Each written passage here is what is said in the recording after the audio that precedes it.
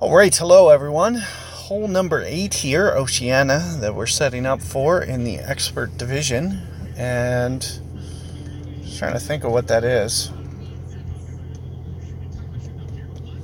Should be relatively drivable par 4, and that's what we're going to try to do today here. So, I'm thinking power 3, power 4, somewhere in there.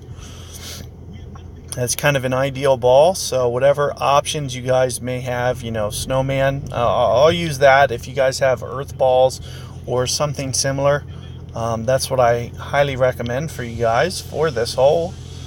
And let's just get right into it here.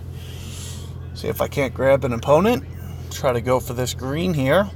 That is going to be the preferred recommended method to go about playing this hole.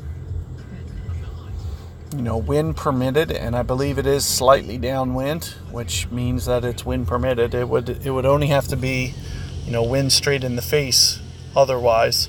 And here you can see, I'll need to go relatively full, but not a big deal. And I'm going to try to bend it. I like going kind of through that tree or around that tree to an extent. And you can see I'm looking kind of maybe 7 rings up as kind of my land zone. So I might just fractionally come off of it a little bit and aim right in here. So I'm kind of thinking right around here with a nice dark orange ball. And there you can see I did catch a great ball. I don't think that's going to be too big a deal. Oh, just a little too much. So a little bad break. So I just missed the fairway. And I just needed to just come off of that a little bit. Keep in mind that cheating the right half of that fairway is a good thing. It really creates a nice angle for you to get around that tree and hopefully stay out of the sand, and gives you a very good, reasonable opportunity to get up there towards the green, as opposed to just playing up straight and leaving yourself well short for the pitch.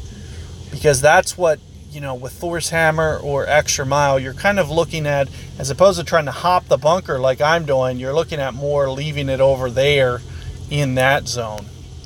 But let me take a look at this anyway. There's max club. Here's half club. So maybe 10 per ring, somewhere in that fashion. And I'll just try to just kind of gently bring it onto the green, kind of right in here. Very similar to maybe 10 per ring, as I was mentioning. So just go inside a full ring here, and you can see kind of visually what that looks like. And I was able to catch perfect ball. Let's see how this rolls out right into the cup.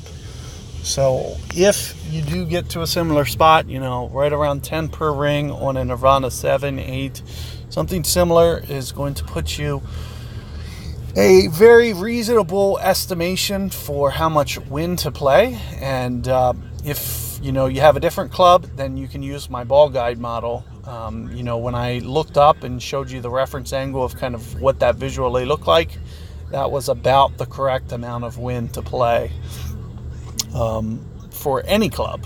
You would just need to use the ball guide, because that would be kind of an equivalent positioning. The only thing that differs is the ring size. So, for something that's half as accurate, you might need to go half as many rings. But in any regard, let me go to the notebook real quick and let's just talk about some other options. So, in the event, you can see that I use the Power 4 ball. For example, Apocalypse 4, Power 4. One thing that I do want to note, well, first off, you guys remember how much power about I went. So let's just call it maybe right around, it was darker than that. It was probably right around 271 or so, right in here. However, so we're actually not getting 10% of the effects right, or 1% of the effect right now. So I was probably more about 269 spot up, and this is caused by a game glitch where they coded it to where you're only getting maybe No. That's only going to affect max, though. No, it affects everything.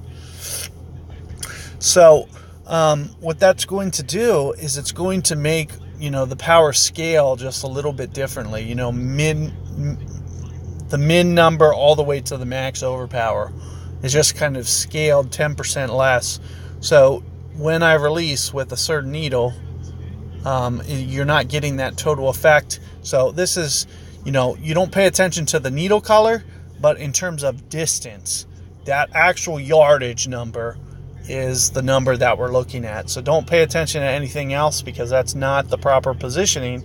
But looking at 269 is what we're looking at replicating, because of the in-game glitch right now, where a 10% power 4 ball is only going 9% on the effect.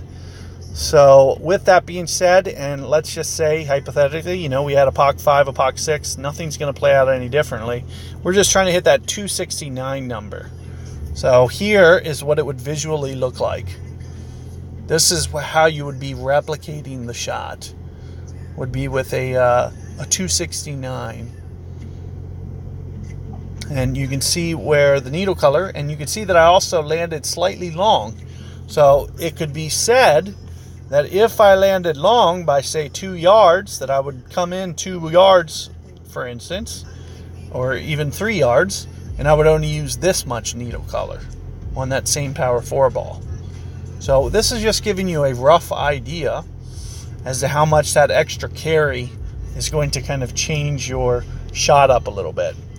And similarly, we can say the same thing for the extra mile. Let's say you have an extra mile 7. The only thing this is going to kind of affect is your curl. You might not want to try to bend it around the tree, and you might want to just lay up into that little fairway straight patch straight ahead, as opposed to trying to curl it, because you won't be able to get it up to the green like I did.